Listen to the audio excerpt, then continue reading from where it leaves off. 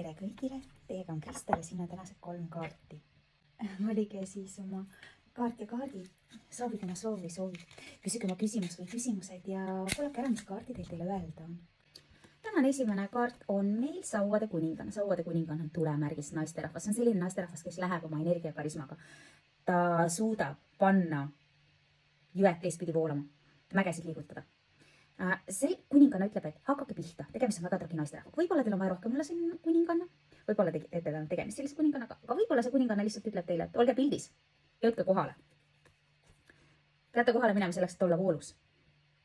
Aga olge ka punktuaalne ja natukene täpsem asjades, mida te teete, seda ütleb meile siin Mõõkade kuningas. Mõõkade kuningas on väga punktuaalne meesterahvas, talle ei meeldi ei hilinemised, ei ähmasused ja Mõõkade kuningas on väga range, aga õiglane. Ja siis me võimegi järeldada. Olge pildis, olge punktuaalne ja niimoodi olete te voolus, pidevas voolus.